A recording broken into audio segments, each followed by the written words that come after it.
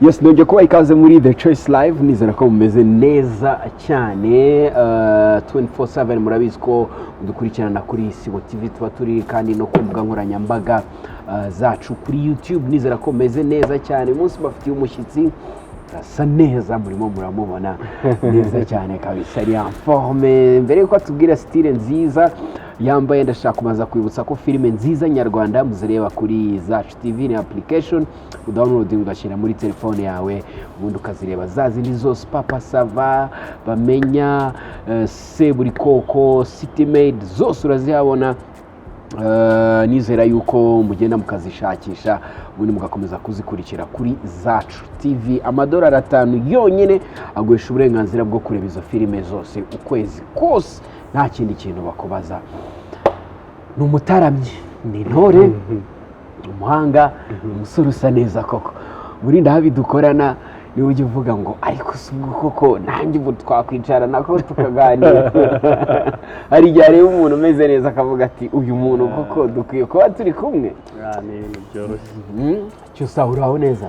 Ndaho ndagumye, ndaho ndashima Imana, ndabona ikirere gisa neza, igicu cyeyurutse, gake gake na korona iragenda ikendera gake gake. Biragenda ivamo. Ejo bundi nahoze mbona hakiza abantu bagera kuri 250 cyane. Ibintu birimo biramera neza cyane. N'imibare y'abagenda barwara bari mike, ariko ubanza korona nawe yaraguteye ubwoba cyane. Nase korona kuri mu byatumye mpomba cyane kurushaho. Yaragombeje. Ikintu kigupfuka umunwa nturye. Ikintu kibi cyane. Kiba gihemutse. Ndibuka ko ngira ngo kwikubitiro ikiza kabisa yabanje kwicira ibitaramo wari ufite ku mugabane w'Uburayi. Kandi wanagezeyo urumva byari impungenge, byari ibintu bikomeye cyane. Noneho n'ahantu hose wajya gutarama hano, nibaza ko ubu no mu bakwe niyo babandi bake naho ntibakiguhamagara hari. Barampamagara rwose, ndashimira Imana, ndashimira n'Abanyarwanda urukundo babafitiye. Rwose ukabona mu bantu 30 izina Cyusa ndimo. Ariko urumva ko wataramaga kera mu bantu, utaramira abantu 700, ntabwo ari ryo soko waba ufite ry'abantu 30. Hari icyo bigabanyaho, kandi nta kundi iyi korona yishe ibintu byose muri sekiteri zose, ubuzima muri rusange. Rero ariko ndanashitura, icyambere ni ugushimira yuko ngiye itigeze ingeraho, cyane ko nari nagiye naho yaturutse nkagaruka ndi muzima. Ubu ndacyari muzima, ndwaye, mfite imbaraga rwose. Yego, nicyo cyambere gushima Imana. Ushatse wanatera ni ikivugo gishima ubu. So ujye kigira cyo gushima. Ikivugo gishima ubwo yaba bibaye nk'umuvugo. Ikivugo ubundi ni wowe uri kwivuga wirata ubutwari. None ubwo wabaye umuvugo urimo nko kuvuga nk'Imana.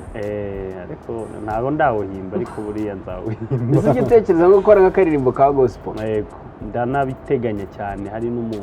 hari n'umuntu tuzakorana indirimbo ya gospel rwose y'Imana, twese turirimba Imana. Nubwo ndi umuyisilamu, ariko kubera iki se naririmba ashimira Imana ibyo yankoreye. Byaba bibaye haramu. Asundi haramu ko arizo wiberamo. N'umuziki. Oya, ntago ari haramu. Okay. Ni umuziki si haramu. Mbere ni impamvu ngo nizo wiberamo, umuziki ni haramu. Yego, ariko si nanjye wa mbere waba ubikoze, kuko haraba ubwinshi bw'amafuti se buyagira ukuri. Ariko reka nkubwire Peter, yenge mbwira abantu nk'ubu, niba nshobora kuba naririmba sosiyete nyarwanda, umwe wakoraga ibibi agakora ibyiza, nimba nshobora kuba naririmba nkagorora rubanda nyamwinshi kubera ibihangano byanjye, rwose icyo cyaha nta kibazo Imana izakimbareho. Kuko hari ibyaha byinshi bikorwa, byinshi bikorwa. Rero kuba naririmba bikitwa icyaha, ubwo nyine nta kibazo reka nzagikore, ariko ni nayo mpamvu nzahimba indirimbo ishimira Nyagasani wanjye wandemye, waremye ijuru n'isi, nyir'ubutagatifu, Imana imwe rukumbi, nyiririmbire kuko sijye wa mbere uzajya ubuyiririmbiye, nta kibazo. Allah ni ukuzamushima kabisa, nta kintu na kimwe batadukoreye. Nigeze kubibaza umuhanzi witwa Ama-G The Black, arambwira ngo ubwo nyine ngo ngiye ngo ni umusilamu niba ari uw'umushia,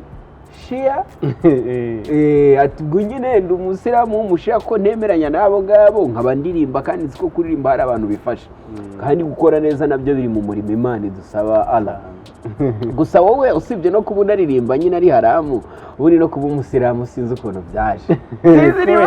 Urumva hari nk'umuntu ureba ukabona mwana ntabwo ari umusilamu. Hari abantu bajya bambwira ngo ariko isura yawe ngo ntabwo ngo wagira ngo ntabwo uri umuyisilamu. None se hari isura y'abasilamu, hari n'isura itari iy'abasilamu, ahubwo nkawe ufite isura y'abasilamu kandi utari ntabwo niwe kabisa. none se urumva rero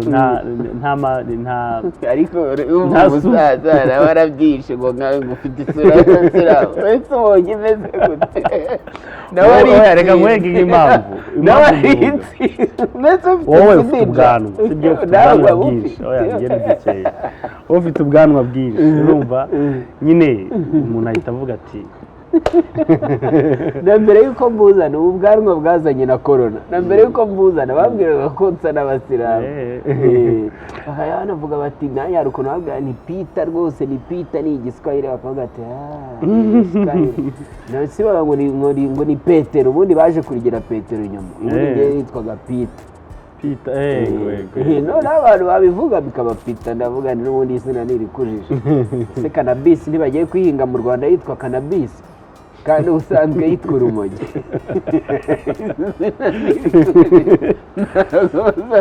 Abantu urabareka bakavuga ibyo bashaka, urumva nyine isura y'ubusilamu. ukoze hasi unyibutsa ibuye wa mugani, nihe miti ikorwa mu rumogi? Imiti ikorwa mu rumogi ni myinshi, muri kiriya kimera cya cannabis. Unavuze urumogi bahita bumva, ariko hari bakoramo imiti myinshi cyane kabisa, cyane cyane noneho ama pain killers, agabanya ububabare, kuko bikora mu bwonko. Ndoresha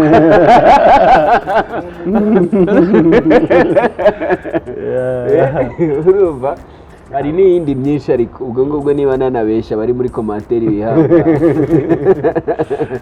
Uri kumva twari turimo turavuga rero kuri Cyusa, tuvuga made in Rwanda, wambaye ukuntu usa muri rusange nibyo twari turiho. Iyi myenda irahenda sibyo? Nawe niko ubibona? Irahenda, ariko uwayinyambitse ntabwo ahenda. Ni umukobwa bita Umuhoza Allen, afite kampani yitwa The Power. Ni umushuti wanjye, arambwira ati Cyusa rwose ni njyewe ugomba kujya nkwambika, uri inshuti yanjye, nawe ugomba kuba uwa mbere wo kujya unteza imbere. Rero ni uko nayambaye, afite imyenda myinshi cyane akorera hano muri Chic. Allen turamushuhuje. Sha niba wibuka umuryango akoreramo uvuge n'ukuri, dukunda guteza imbere Abanyarwanda.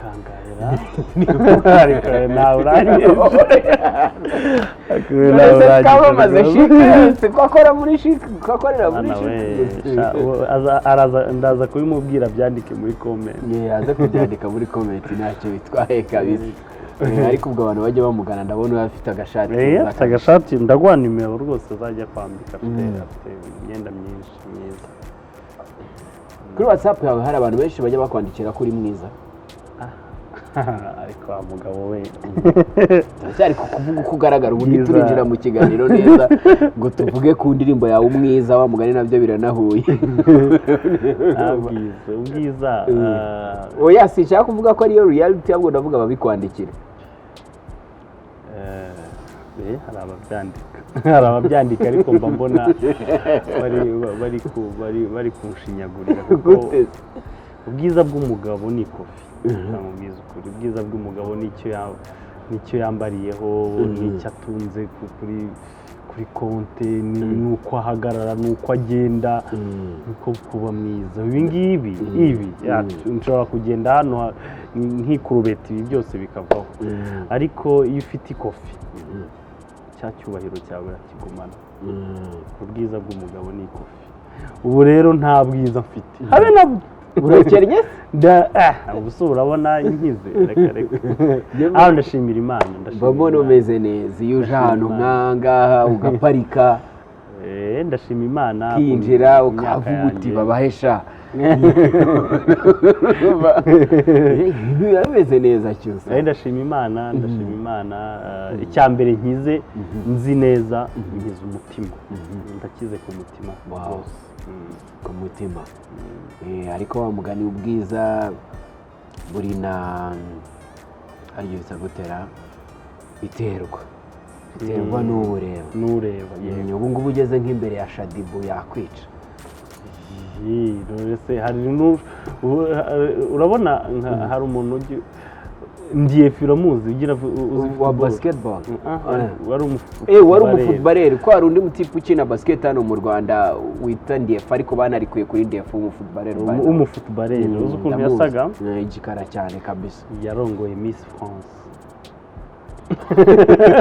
nicyo kikwereka ko ubwiza bw'umugabo nicyo yambariyeho nicyo afite ku mufuka nicyo cyane na viziyo ye vision ye kabisa ikindi buriya n'ibitekerezo buriya amafaranga ntabwo aba ariyo y'ingenzi cyane ibitekerezo buriya kuganira n'umuntu nta muntu urabona mwiza cyangwa nta mukobwa uzi mwiza ariko mwaganira ugahita wumva umuciye amazi kandi ubibona ko ateye neza ari mwiza ariko nta ibiganiro bye ukumva bifite ukuntu biyunguruye nta bimeze nk'amata y'umujago nashyizemo amazi menshi nuko wenda ntajya ngira amahirwe yo kuganira n'abakobwa cyane ariko njya numva bambwira ko bahari abakobwa nk'abo abantu nk'amwe babyize neza urumva rero icya mbere ngiye mbona waba umuhungu waba umukobwa iyo ufite ubwenge babimezura mu hari uburyo uganira n'umuntu ukavuga ati uyu muntu hari ikintu namukuraho yego icyo nicyo cya mbere umugabo rero impamvu mvuze Shadibu ntabwo mbizi nta n'ihikeka ntabwo ngikeka nuko nyine yavuze ngo ariko yavuze ngo iki Shadibu rero nawe rero yaraturashe ngo yavuze ngo iki ngo abahungu b'inzobe ubuse ubu ko wifashe ariko nta kibazo wese ntabwo ujya ubyumva yaravuze ngo abahungu b'inzobe ubundi mentality isanzwe ngo abantu baba bazi ko ari imbwa icyo kibazo se yaba azi aho nigejeje yaba azi aho ngeze ibitekerezo mfite ntakarebye rwose n'ubu mu kanya hari umuntu ukohereje kuri gurupe ndazeka abantu umugabo ntabwo ameze ntabwo ushobora kumezura ubugabo bw'umuntu cyangwa ububwa bw'umuntu bitewe n'uruhu afite cyangwa uko umureba inyuma kayo nguko ariko ubundi bwambuga ni buriya Shadibu ni ukuzamubaza ubundi ububwa abashatse kuvuga ni iki noneho yarakabije ngo harya ngo usibye Medisa ari wenyine agahinda karakwishe ntakunda ariko nyine kubyakira mbese kumva ubundi buriya nk'ububwa abashaka kuvuga ni ubuhe simbizi ubuse ubwa ariko hari ikibazo nshaka kuzabaza kubera icyo abantu bavuga ko umuntu udafite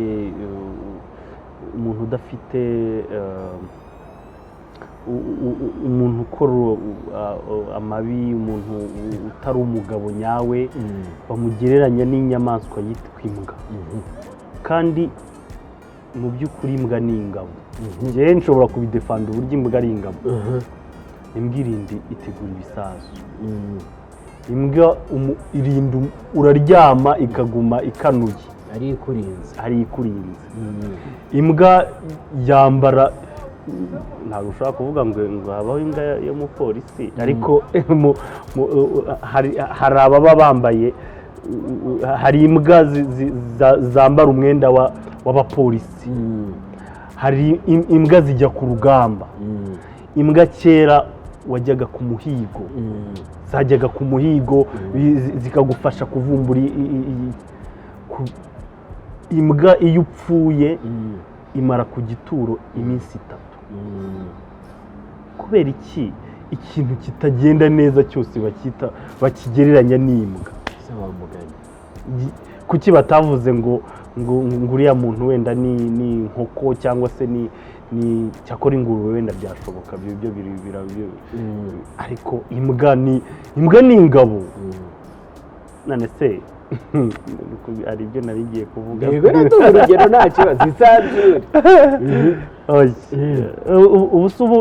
ubu nta bantu uzi bakora ubukwe n'imbwa b'abazungu cyane, bagakora ubukwe mu padiri akabarahiza akabasezera.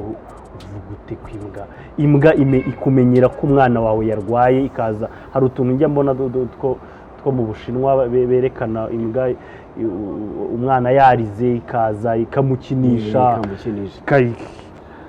Kubera iki abantu bita ko umuntu ari fake bamugereranya n'imbwa? Ngiye iki kintu ndasanatembera cyane, ariko hakurya mahanga n'iki za Amerika yarumva bavuga ngo haba hari ibintu bifite agaciro, umugore, umwana, imbwa, ngo umugabo ngo akaza inyuma. Barangwa ibyo bintu nyine. Kubera iki mu Rwanda twumva ngo umuntu wa fake n'imbwa? Ngenda ndashaka nkaho uririmba gakondo nyangwa amateka wenda wamuyazi ngo bishobora kuba byaraturutse kuri Maguru ya Sarwaya. Maguru ya Sarwaya niwe nari ngiye kukubwira. Maguru ya Sarwaya ni Nsibika, sinzi uko byagenze, ariko iyo ukurikiranye neza Maguru ya Sarwaya yarenganyije imbwa. Ntago insigamigani ntago nyibuka neza, ariko iyo usesenguye usanga yararenganyije imbwa gihe cy'insibika. So urumva rero ntago bagakwiriye kwita abantu ba fake ko ari imbwa.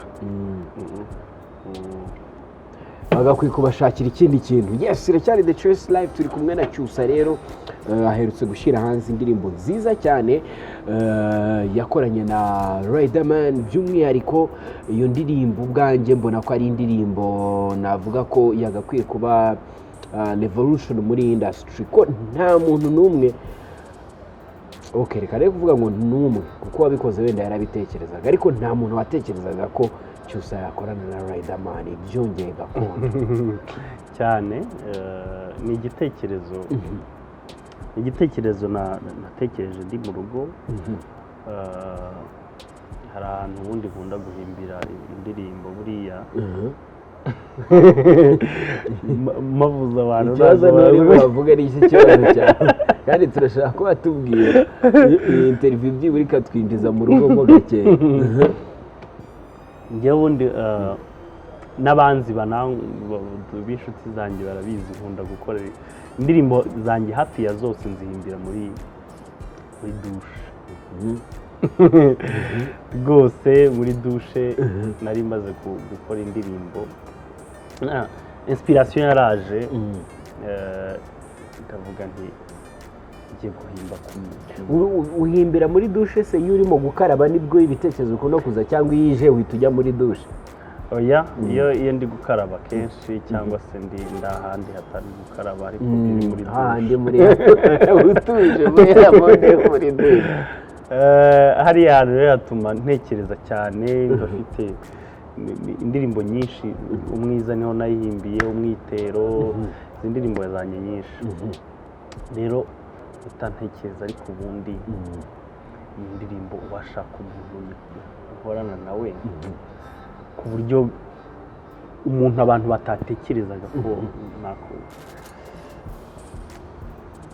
ndavuga wakorana indirimbo n'umuntu wo muri hip hop.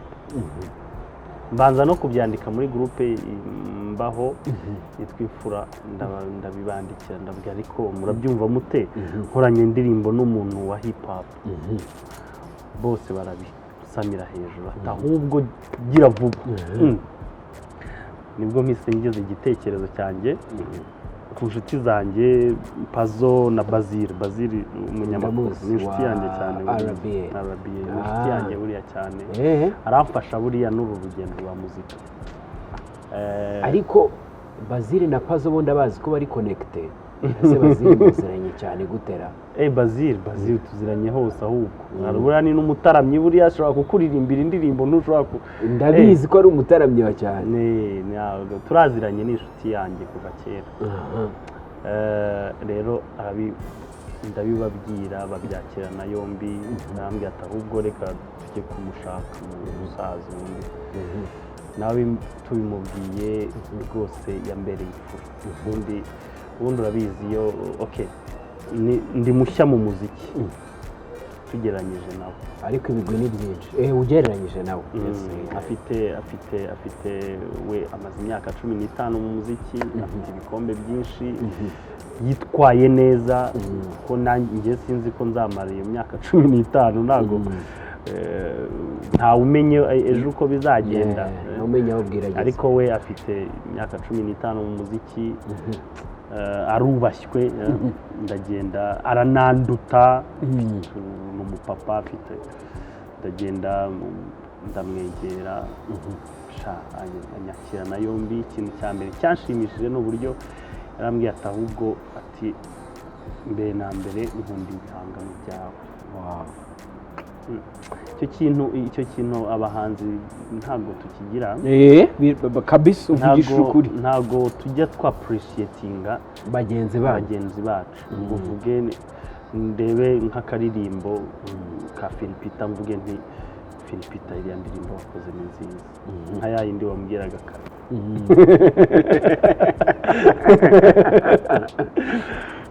Cyangwa se mbe navuga nti The Ben yakoze akaririmbo keza, cya Meddy yakoze akaririmbo, cya Jules Sentore afite indirimbo nziza. Bitugumamo tukabyemerera mu mutima wacu, ukavuga ati nindamuka mbyemeye ko afite indirimbo nziza, ndabamuhaye wenda 6 cyangwa se ndabamweretse ko andenze ibintu nk'ibyo. Kandi ubundi twagakwiriye, iyo umuntu yakoze icyiza urakivuga ukakimushimirira. Shimira cyane ababyeyi bacu, mama Cecile Kayirebwa n'uwitwa mama Florida. Nkoreye indirimbo nibo bantu nari mfitiye ubwoba, kuko guhuza gakondo ukayihuza na hip hop ni cyari nari kuvuga abantu nko kwizirika igisasu, ndavuga ati singiye gutakaza clientele mfite n'abantu nari mfite muri gakondo. Ariko nkongera nkavuga nti hari abantu benshi bakunda hip hop, abo nibo nshaka gukurura bagakunda gakondo.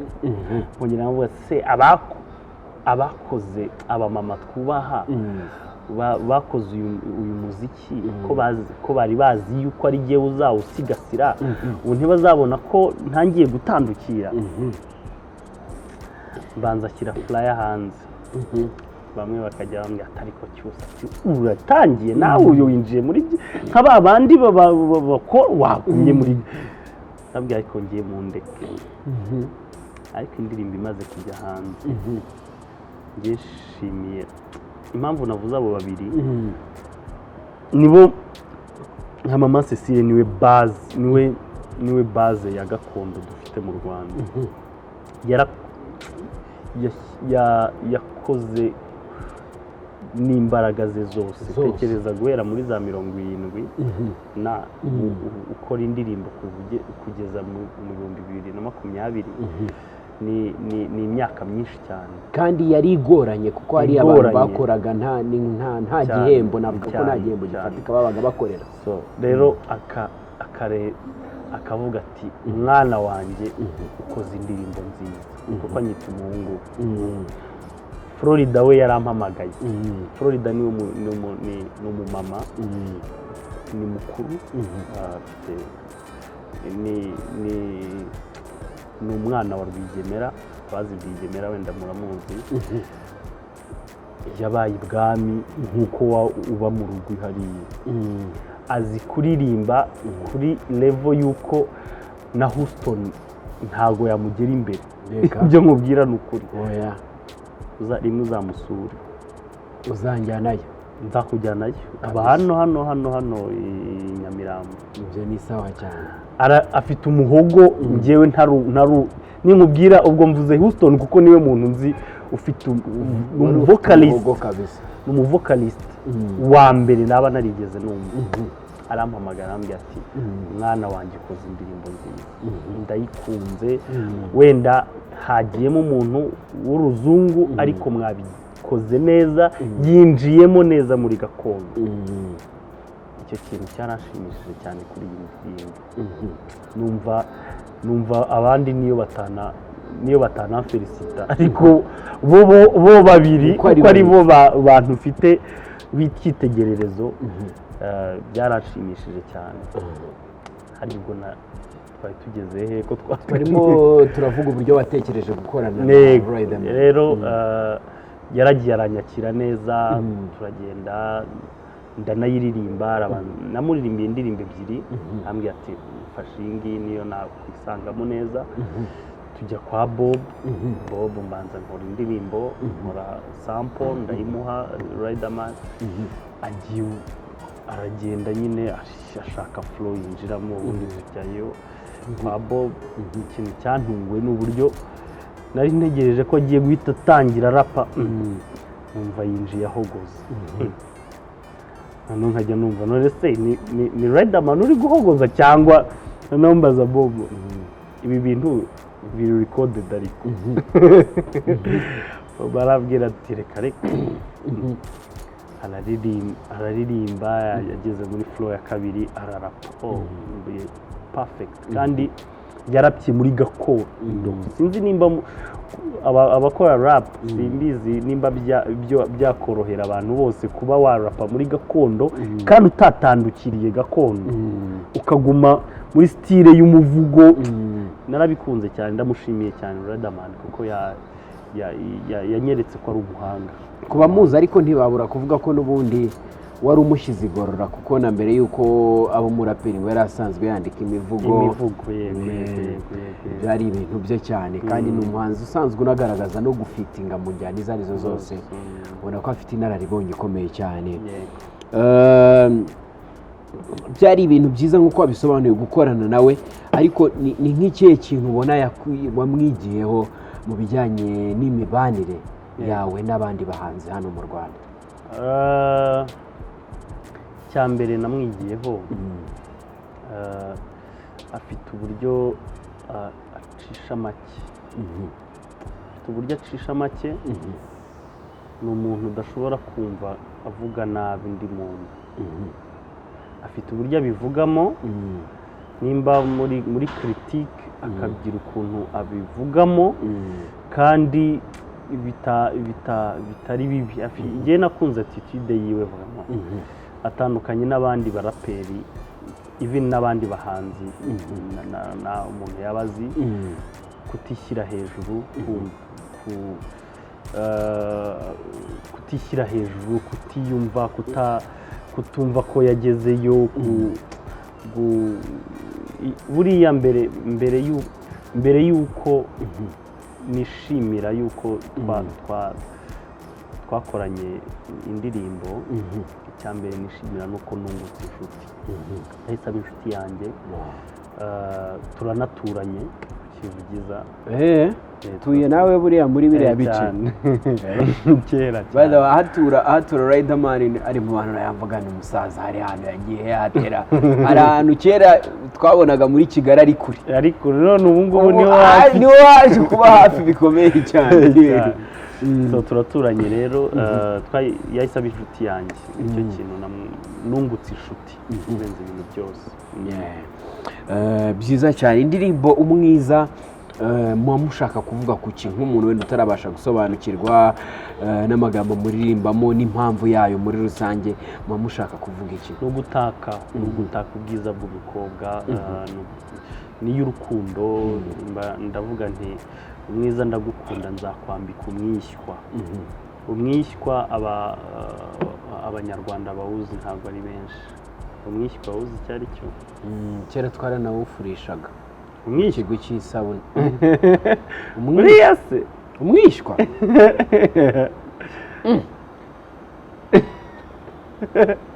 uzi ko ukuntu mundebye mise numva ndi mu mafuti. Umwishywa mbere na mbere uravura, ushobora kuvura, sibyo? cyangwa urimo urawitiranya n'umuravumba. Iki ariko umuravumba urura banaha inka. Umwishywa se byayo wabivuguse bigenda gute cyusa, ahubwo wowe wasanga ari wowe udafite amakuru. Mwese ntugira imbuto wera gutya wazipfundura ariko zitaribwa, zikaba zirimo ibintu by'imituku mo imbere. Oya ntabwo ari ubu. Umwishywa cyari icyatsi kirandaranda. Ni icyatsi kirandaranda. Noneho baragifungaga, gifite sembole nini. Iyo wacyambikaga umugeni yahitaga umugore wawe. Yego, ibyo ndabizi. Umwishywa rero ibibabi byawo uranabivuguta bigatanga urufuro, barabyifashishaga mu gufura. Noneho mumbwire ikindi cyatsi gikora ibyo bintu, noneho twemeye. Haba umwishywa, haba umutanga, uri kumva? Hakaba uruteja, iyo urukase urushyira ku gisebe cyangwa aho ivubi ryakuriye, n'agahenera, uri kumva? Hakaba umukindo, uri kumva? Harya uwo babohagamo ibitebo witwaga ngo iki? Ahubwo se ko iyi ziri muri gakondo. Nurese ibyo bintu byose icyo ntazi ni iki, ahubwo mwe ko murimo kumakanya amakuru mudafite. Njyewe sinjye nemera ikintu ntago nagihakana. Okay, reka tubishyire muri suspense abantu baze kutubwira. Ntago nagihakana nuko nta cyemezo, kuko uri kumva twavutse tuvuka amasabune yari ahari. Wavukiye muri Kigali? Ndavukiye ku Ruyenzi, ariko ni nko muri Kigali. Ni hafi yo muri Kigali. Icyo kintu cy'umwishywa reka abantu bari muri commentaire baze kuza kutubwira. Ariko njyewe nayivuze muri sembole yo gushaka kwambera umugore. Iyo bawambikaga umugeni bitaga umugore wawe, nicyo cyasimbuye impeta. Rero nkavuga nti ati umwiza ndagukunda. Sa n'ubivuga ariko unabiririmba bitwaye.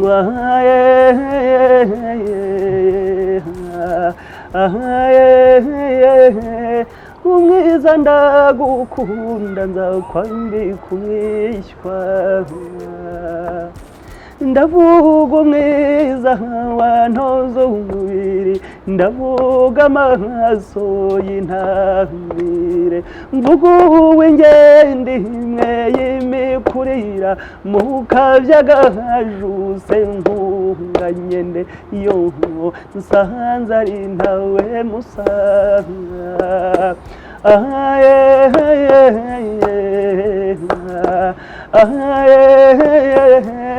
Umwiza ndagukunda nzakwambika umwishywa. Umwiza ndagukunda nzakwambika umwishywa. Shaka umwishywa. Ariko wasanga wenda wanadutsindaza kubaza nyogokuru. Uze kumubaza neza ibintu ndimo kubabwira. Intobo ntibazogeshaga ibijerekani?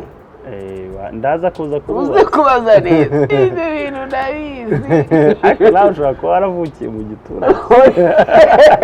Ntabwo navukiye mu giturage, navukiye mu gituragire, mu gituragure. Akabije kuba igiturage nicyo nshaka kuvuga. Ibyo bintu ndabizi cyane kabisa. Okay, wenda nego iyo umuntu avuze ngo ndabizi cyane abarengereye, ariko ubwo turaza kureba icyo abantu bivugaho. Ndabizi ko dukurikirwa n'abantu benshi bazi byinshi ku byo tuvugaho, ubwo wenda baraza kuza kudufasha, kandi niba hari aho natandukiriye kugira ngo twibukiranye tubashe kubimenya kurushaho. indirimbo irasohoka ijya hanze, abantu benshi wari ufitiye ubwoba usanga bayakiriye neza muri rusange.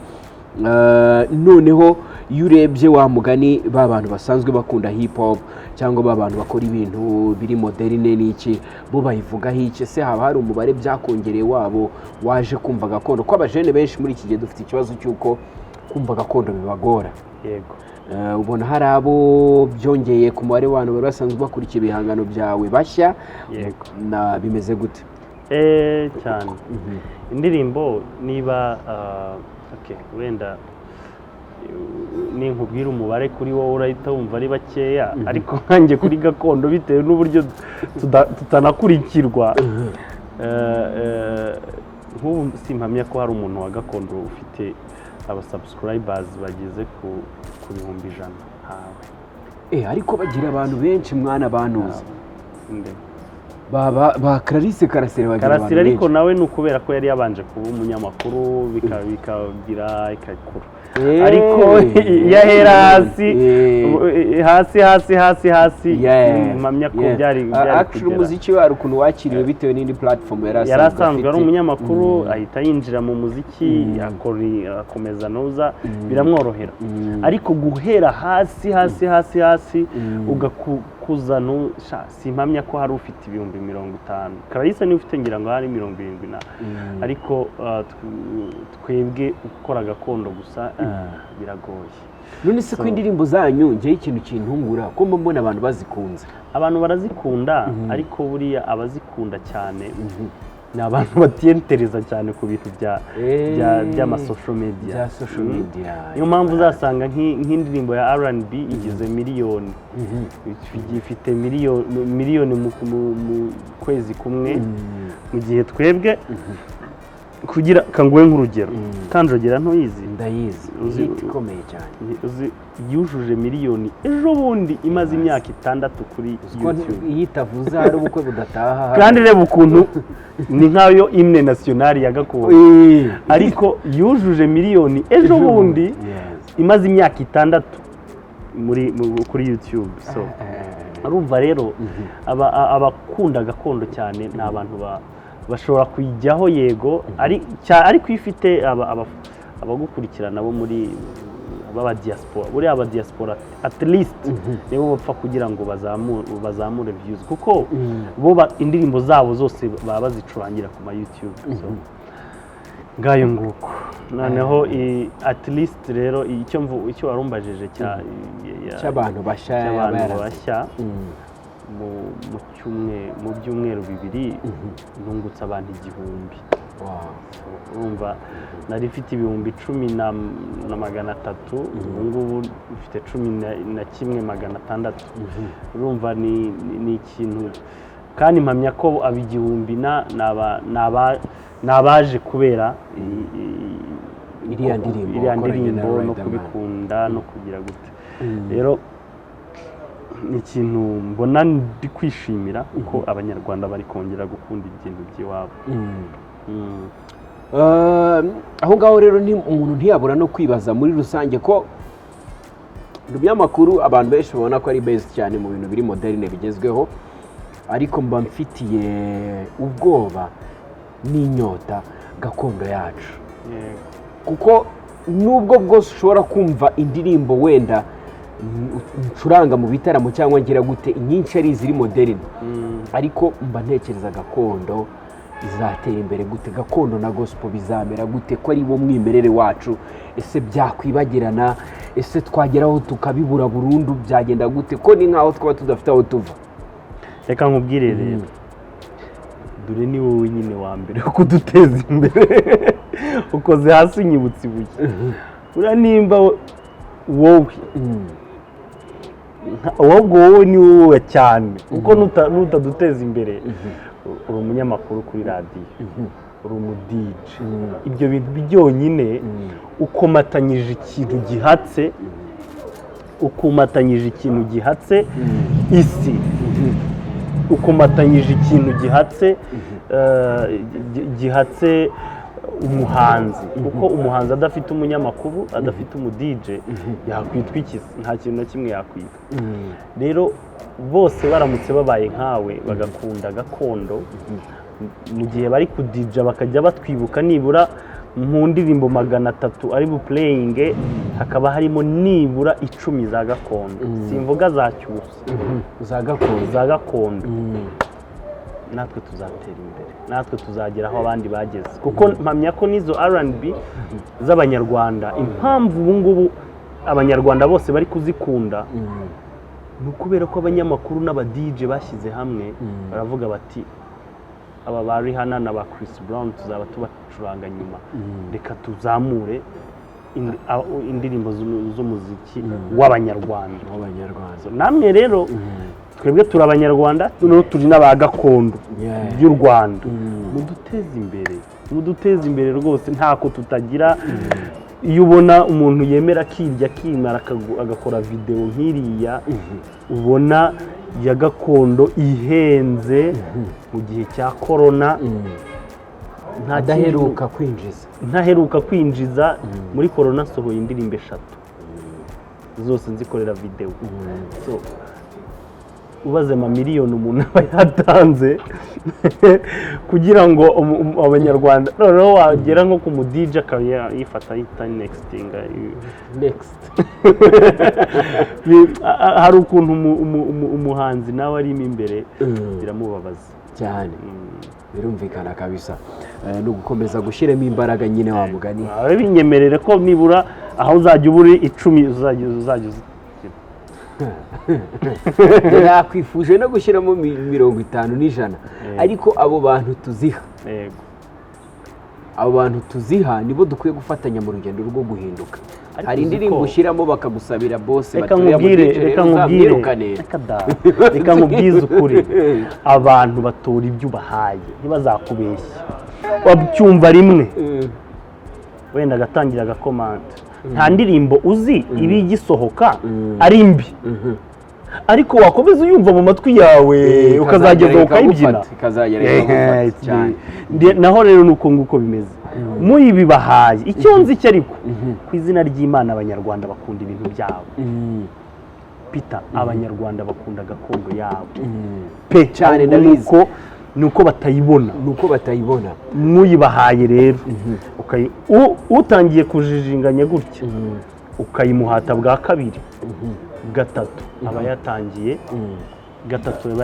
kugira I know you but we want interview. Oh, we're doing an interview. I'm coming to you. Thanks. Ntabwo nari nakuyobewe. Twe tukirimo turakomeza. Turimo turavuga tuti urabona hakorwa iki ubu ni ku ruhande rw'abapromotinga sibyo numva ko binakwiye koko kandi kuko experience ufite nuko indirimbo za gakondo no muri club ahantu babyinira zi creating a vibe iryoshye cyane itandukanye ariko nanone hari igihe policies cyangwa abantu bashyiraho imirongo igenderwaho nabo bagira ibintu bidasanzwe b'influencer ku iterambere ry'ikintu runaka wenda minisiteri ifite mu nshingano umuco usigaye yitwa my culture n'abandi bose bashobora gushyiraho polisi zikumva cyangwa bavuga ari bikagera kure bikanakirwa neza twe kuvuga kwigihana gusa ahubwo n'uburyo byakirwa nta kintu ubona bakora kigafasha kutibagirwa aho tuva kuko aribwo tuzabasha no kumenya aho tugana cyane icyo kintu hari ikintu ejo bundi nari ndi kuganira na Mama Cecile aravuga ati birababaje kuba mu Rwanda nta nzu y'umuco tugira nta nzu y'umuco ngo ugende ubuzi ko hari ahantu igihe icyo ari cyo cyose ujya bakagutaramira gakondo urumva nko hanze nko mu Bubiligi cyangwa se ahandi hantu hanze usanga bafite inzu winjiramo bakakwereka ibintu imbyino ziwabo za kera rega ni ça fait partie ya site touristique ça fait partie ya tembera u Rwanda abazungu nk'ubu nta hantu dufite umuzungu ashobora kuza ngo avuge ati akinjira ahangaha dore uko babyinaga kera kinyarwanda, dore inanga bayicuranga gutya, dore habeho ishuri bavuga bati dore ishuri rya gakondo, habe hari umuhanzi wa gakondo. Iyo nzu ntayo tugira, yari ihari kera, yari centre culturelle, ntayo ikiriho, wenda bizaza, ariko minisiteri idufashije rwose natwe erega abahanzi ba gakondo turahari, turi benshi turi benshi pe. Kandi leta iramutse ije ikaza nko ku isibo ikababwira ati kaguha urugero gusa, ikababwira ati mutegetswe kujya buri munsi mucishaho indirimbo za gakondo zimeze gutya, hakaba hari nta televiziyo n'imwe itemerewe kuba ifite igitaramo, bikaba nk'ihame. Abahanzi twebwe gakondo ni twe dusigaranye legacy y'u Rwanda, twajya gusohora indirimbo tukabanza tukaganira na minisiteri. Ariko reba nk'ubu ngubu nakoze indirimbo ya iyo ubaze totali ifashe miliyoni 2. Izo miliyoni 2 zizangarukira ryari Peter? Bande ubwo bushobozi se urabizi neza ko bose babufite? Kandi hari n'abavuga bati se ndajya gutanga izo miliyoni 2 nzevestisa muri ibi bintu bitazunguka cyane ko umuziki wa gakondo udahita wunguka ku kanya, urabizi neza na niki, bikaba impamvu yo kugira. Ariko baramutse badufashije, hakaba hari nka studio par exemple, hari studio ya gakondo iri hariya, mbere yo kugira ngo turecordinge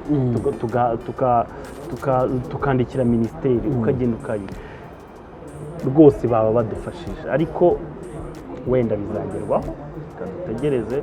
Ariko abahanzi gakondo dufite ikibazo gikomeye cyo gukora ibintu bidahita byinjiza nk'iby'izindi njyana.